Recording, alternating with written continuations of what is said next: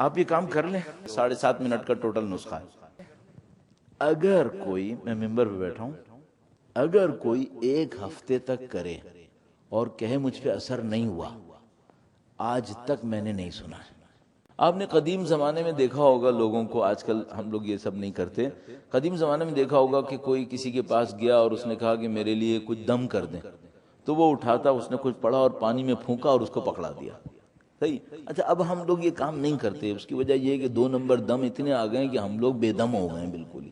ہم نے کہا بھائی اب یہ دم کی دنیا جو ہے وہ ختم کرو، اب معاملہ یہ چھوڑ دو، ہم نے کرنا چھوڑ دیا۔ لیکن سوال ایک ہے، یہ جو پانی ہے کیا اس پر کچھ اثر ہوتا ہے یا نہیں ہوتا ہے؟ ہوتا ہے یا نہیں ہوتا ہے؟ سائنٹیفک پروف چاہیے بھائی، ادھر ادھر کی بات نہیں چاہیے۔ تو ایک جیپنیز ہے، اس نے بہت پہلے ایک ریسرچ ورک کیا تھا، تقریباً 8-9 سال پہلے، میرے خیال میں 10 سال ہو رہے ہوں گے شاید، اتنا تقریباً ہو رہا ہوگا۔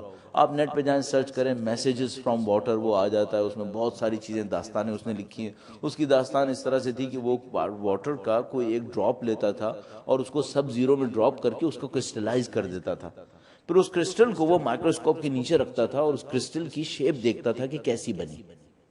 تو اس نے یہ دکھایا، پوری دنیا کو بتایا کہ بھائی یہ جو پانی ہے یہ بہت ہی ہوشیار ہے، یہ بہت ہی عقل مند ہے، یہ پانی بہت ہی عجیب و غریب چیز ہے۔ یعنی اس طرح سے اس نے کیا کہ ایک بوتل لی، اس بوتل کے اوپر لکھا کہ میں تمہیں مار دوں گا، انگلش میں، جاپنیز میں اور مختلف زبانوں میں، کہ اس کو دھمکیاں لکھ دی، اور ایک بوتل لی اور اس کے اوپر لکھا کہ مجھے تو بہت اچھے لگتے ہو اور میرا تمہارا بڑا اچھا رشتہ ہے اور یہ ہے وہ، تھینک یو، اور یہ اور وہ، یہ سب دونوں بوتلوں کے اوپر صرف لیبل لگا کے رکھ دیا۔ اور کچھ دنوں کے بعد اس نے وہ جس کے اوپر دھمکیاں لکھی تھیں اس کو جو کرسٹلائز کیا تو انتہائی بدصورت کرسٹل بنے، اور وہ جو اس نے تھینکس اور فلاں فلاں لکھا تھا اس کو جو کرسٹل کیا تو بڑے خوبصورت کرسٹل بنے۔ اچھا، وہ جیپنیز تو بیچارہ دیوانہ ہو گیا، وہ کرسٹل بنا کے مر گیا۔ پھر تو اس نے کیا کیا، اس نے کہا جناب 2 آدمی لڑ رہے تھے کہیں پر ریسٹورانٹ کے اندر، اس نے پانی رکھ دیا بیچ میں، خوب چک چک بک بک ہوتی رہی، لڑائی ختم ہوئی، اس نے پانی اٹھایا، اس کو جا کے مائکروسکوپ میں دیکھا اتنا گندا کرسٹل جس کی کوئی حد نہیں۔ پھر اس نے دیکھا بھائی کہیں پہ کچھ لوگ عبادتیں کر رہے ہیں ایک دوسرے کے ساتھ، وہ وہاں پہ اس نے جا کے رکھ دیا۔ اب جو عبادتوں کا کرسٹل اٹھا کے دیکھا تو انتہائی خوبصورت، اس کو پتا چلا کہ بھائی یہ پانی ایک ایسی چیز ہے جو لینگویجز بھی سمجھتی ہے۔ تو اس نے دنیا کی مختلف زبانوں کا تجربہ کیا کہ بھئی یہ سمجھ رہی ہے نہیں سمجھ رہی۔ اچھا، آپ کو اگر یقین نہیں آئے نا تو آپ نیٹ پہ جا کے دیکھ لیجیے گا، نیٹ بڑا اچھا سورس ہے، اور یہ کوئی یعنی جسے کہتے ہیں نا کہ وہ نہیں ہے آپ گوگل پہ سرچ کیا، کوئی ایک انون سی ویب سائٹ کھل گئی، باقاعدہ یونیورسٹیز نے اس کے اوپر کام کیا۔ پھر میں ایک دفعہ ایران میں تھا تو ایک خاتون اسکالر تھیں ایران میں، تہران میں، انہوں نے کیا کیا کہ بالکل سیم میتھڈ کو قرآن کریم کی آیتوں پہ امپلیمنٹ کیا، یعنی پانی کو قرآن کریم کی آیتیں سنا کر اس کا کرسٹل بنوایا، اور پھر ان لوگوں نے وہ ساری، چونکہ مائکروسکوپ سے جو بھی آپ دیکھ رہے ہوتے ہیں اس کا پکچر کھینچ کے اس کو آپ پرنٹ نکال سکتے ہیں، دنیا کو دکھا سکتے ہیں، تو انہوں نے پوری دنیا کو دکھایا کہ دیکھو یہ بن گیا قرآن کریم سے، خوبصورت ترین چیزیں قرآن کریم کی آیتوں سے بنی، اہل بیت کے ناموں سے بنی، یہ پانی یہ سب دیکھ رہا ہوتا ہے۔ اچھا، اب ایک بات عجیب و غریب ہے، ہم تقریباً 70% کے قریب پانی پانی ہے۔ اچھا، اب اگر میں کسی کے بارے میں حسد کے جذبہ لیے بیٹھا ہوں اور میں کسی کے بارے میں برا سوچ رہا ہوں تو میری باڈی پر اثر پڑ رہا ہے یا نہیں پڑ رہا ہے؟ بھائی میں بھی تو پانی ہوں نا، پڑ رہا ہے۔ کس کا نقصان کروں گا؟ اس کا کچھ نہیں بگڑے گا، وہ پتہ نہیں کہاں بیٹھا ہے، میں اپنے اوپر ظلم کر رہا ہوں، اپنے پانی کا بیڑا غرق کر رہا ہوں، میں 70% خود پانی ہوں۔ صحیح ہے؟ اس کو آپ تھوڑی دیر کے لیے قبول کر لیجئے اور آپ نیٹ پہ جا کے اس کو سرچ کر لیجئے گا، جو میں نے آپ کی خدمت میں عرض کیا وہ سارا کا سارا تقریباً آپ کو مل جائے گا۔ جاپنیز سائنٹسٹ کا نام کافی عرصے سے میرے دماغ میں نے دہرایا نہیں تو میرے دماغ سے نکل گیا، اگر کسی کے ذہن میں ہے تو بعد میں بتائیے گا، لیکن سرچ کرنے کے لیے میں نے آپ کو کی ورڈز دے دیے ہیں، یہ آپ جا کے سرچ کر لیجئے گا، فوراً آپ پہنچ جائیں گے، کوئی مشکل نہیں ہوگی۔ اچھا، میں نے جب اس کو پہلی دفعہ دیکھا تو میں نے یہ سوچا کہ میں اپنے ذکر میں، جو میں اہل بیت کا ذکر کروں، اللہ کا ذکر کروں، اس میتھڈ کو کہاں استعمال کروں؟ تو میری سمجھ میں یہ آیا کہ بھئی یہ جو میرا بلڈ ہے یہ بھی تو ایک لیکوڈ ہی ہے نا، اور سب سے زیادہ میرے وجود میں، میرے میٹیریل وجود کے اندر جس کی رسائی ہے، جس کی اپروچ ہے وہ بلڈ کی ہے۔ ہماری باڈی میں سوائے ناخن اور بال کی کوئی جگہ ایسی نہیں ہے جس کو اگر آپ نے چھیڑا تو وہاں سے بلڈ نہیں نکلے گا. ہر جگہ سے بلڈ نکلے گا سوائے ناخن اور بال. یہ 2 جگہیں شاید ایسی ہیں جہاں سے بلڈ نہیں نکلتا ہے, باقی سب جگہ سے بلڈ نکلتا ہے. تو پھر مجھے ایک بات سمجھ میں آئی, وہ یہ کہ اگر میں نے کوئی ذکر اپنے بلڈ پہ پڑھ دیا, وہ میرے جسم کے کونے کونے میں پہنچ جائے گا, تو اس کا اثر میرے جسم کے کونے کونے پہ آ جائے گا. اب میں اپنے بلڈ پہ ذکر کرواؤں کیسے؟ میں نے اس کا بھی ایک اور طریقہ سوچا. جو آدمی بیکار بیٹھے گا تو سوچے گا ہی نا آخر. میں بیکار بیٹھا تھا تو میرے دماغ میں آیا کہ بھائی اس کا اس طرح سے حل کیا جا سکتا ہے. تو میں نے ایک حل سوچا. میں نے یہ حل سوچا کہ جب میں تسبیح پڑھوں گا نا تو میں سوچوں گا کہ یہ جو میرا ہارٹ ہے, جو پمپنگ اسٹیشن ہے میرے بلڈ کا, یہ تسبیح پڑھ رہا ہے. باڈی کے سارے بلڈ نے گزرنا یہیں سے ہی ہے. تو میں نے سوچا جب میں کہوں گا اللہ اکبر نا تو بالکل یوں سوچوں گا جیسے یہاں کا میرا دل یہ کہہ رہا ہے اللہ اکبر اللہ اکبر اللہ اکبر الحمدللہ الحمدللہ. یہاں سے سوچوں. تو میں نے کنسنٹریٹ کیا اپنی سوچنے کی طاقت کو اپنے دل کی طرف, اور سوچا کہ یہ جو دل ہے گویا میرا دل پمپ کر رہا ہے اور کہہ رہا ہے اللہ اکبر اللہ اکبر اللہ اکبر. تو میرے بلڈ کے اوپر اس ذکر کا اثر آئے گا. اچھا یہاں سے آئے گا تو پھر پوری باڈی میں پہنچ ہی جائے گا. 3 پوائنٹس میں تسبیح کے اوپر محنت کریں. Number 1 speed slow, number 2 meanings پر تھوڑا سا ریفلیکشن, نمبر 3 یہ جو پمپنگ اسٹیشن والی بات کہی. آپ یہ کام کر لیں. اگر کوئی, میں ممبر پہ بیٹھا ہوں, اگر کوئی 1 ہفتے تک کرے اور کہے مجھ پہ اثر نہیں ہوا, آج تک میں نے نہیں سنا. 1 ہفتے تو چھوڑ دیں, کوئی 1 دن کرے 5 دفعہ, 5 دفعہ بھی چھوڑ دیتے ہیں ہم لوگ, سب ملا ملو کے پڑھتے ہیں نا, تو 3 دفعہ کر لیں. 3 دفعہ کوئی کرے روزانہ اور کہے مجھ پہ اثر نہیں ہو رہا, میں نے نہیں سنا.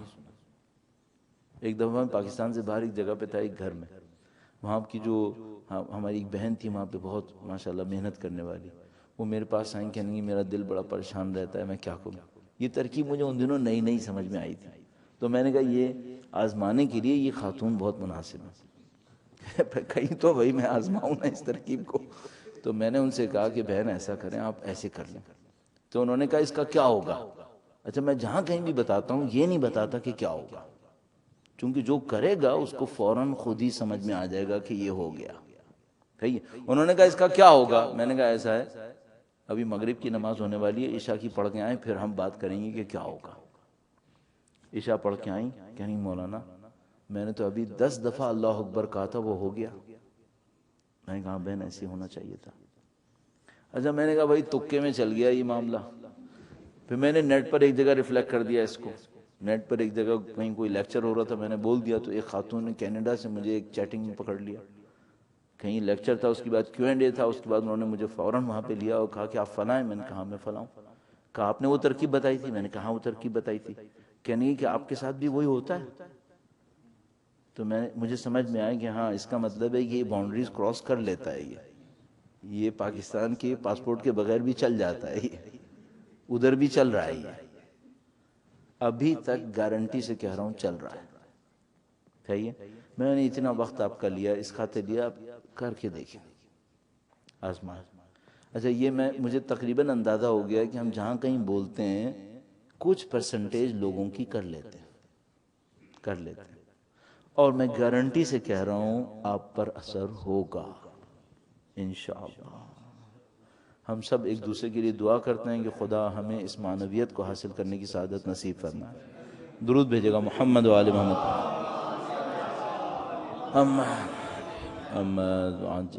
سب یہ ایک پریکٹس ہو گئی.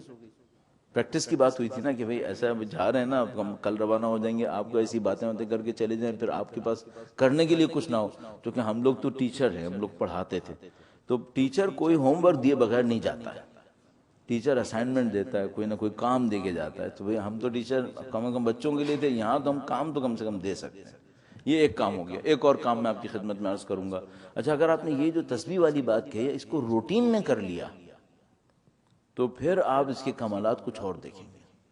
اگر آپ نے روٹین بنا لیا اس کو تو پھر آپ اس کے کمالات بہت دیکھیں گے. آپ کا دل بہت عجیب و غریب طریقوں سے بہت ساری چیزوں کے لیے تیار ہونا شروع ہو جائے گا.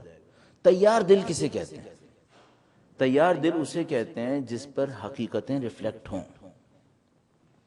حقیقتوں کے پیچھے بھاگنا نہ پڑے، حقیقت اس پہ ریفلیکٹ ہونا شروع ہو جائے.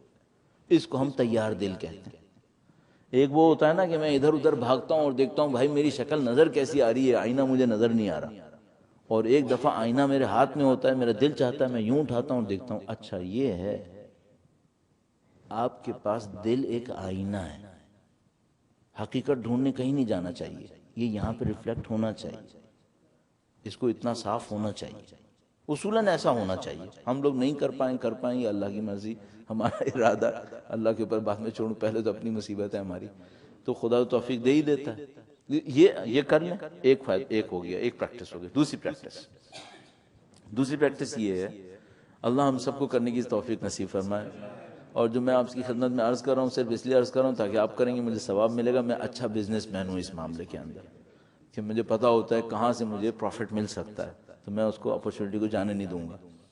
دوسرا راستہ یہ ہے کہ آپ نے ایک واجب نماز پڑھ لی، مستحب نماز جو بھی آپ پڑھ رہے تھے وہ آپ نے پڑھ لی، نماز ختم ہو گئی، آپ سجدے میں گئے، جس کو ہم معمولاً سجدہ شکرانہ کہتے ہیں. سجدہ شکرانہ بہت بڑی فضیلت ہے، بہت بڑا کام. آپ سجدہ شکر میں گئے. اب آپ کیا کریں؟